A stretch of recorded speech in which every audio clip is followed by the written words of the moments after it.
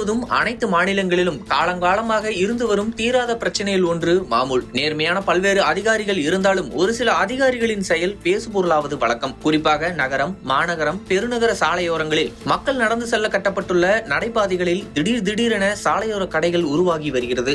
இதற்கு கடையை பொறுத்து 5,000 முதல் லட்ச ரூபாய் வரை அந்தந்த ஏரியா வார்டு உறுப்பினர் முதல் அரசு உயரதிகாரிகள் வரை பணம் கொடுத்து வியாபாரம் நடத்தி வருவதாக கூறப்படுகிறது. என்றாவது ஒரு நாள் ஆய்வு நடக்கப் போகிறது என்றால் அப்போது மட்டும் முன்கூட்டியே கடைகளை அகற்ற மறைமுக முன்னறிவிப்பு வருகிறது. மற்ற நேரங்களில் வழக்கமாக போக்குவரத்துக்கு இடையூறாக இருந்தாலும் பெரும்பாலும் யாரும் கண்டுகொள்வதில்லை. அதற்காக அந்த பகுதி எல்லைக்குட்பட்ட போலீசார் மாமூல் அடிக்கடி வாங்கி விடுகிறார்கள் என்று கூறப்படுகிறது. இந்த நிலையில் இரு போலீசார் மாமூல் வாங்கி அந்த வீடியோ வைரலானதால் வசமாக சிக்கிய சம்பவம் நடந்துள்ளது.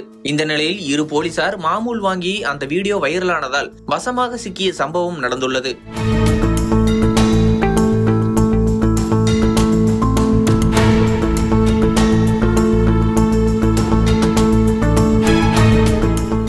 எங்கே என்ன நடந்தது என்று விரிவாக பார்க்கலாம். சென்னை தாம்பரம் மாநகர காவல் எல்லைக்குட்பட்ட மேடவாக்கம் மேம்பாலம் மற்றும் சுற்றுவட்டார பகுதிகளில் சாலையோர கடைகளிடம் போலீசார் மாமூல் வசூல் செய்யும் வீடியோ ஒன்று வெளியாகி பெரும் அதிர்ச்சியை ஏற்படுத்தியுள்ளது. மேடவாக்கம் மேம்பாலத்தின் கீழ்ப்பகுதியில் தள்ளுவண்டி கடைகள், உணவு கடைகள், சிக்கன் பக்கோடா கடை என பல்வேறு சிறிய கடைகள் செயல்பட்டு வருகின்றன. இந்த கடைக்காரர்களிடம் போலீசார் தினமும் மாமூல் வசூலிப்பதாக நீண்ட நாட்களாகவே குற்றச்சாட்டுகள் இருந்து வந்தன.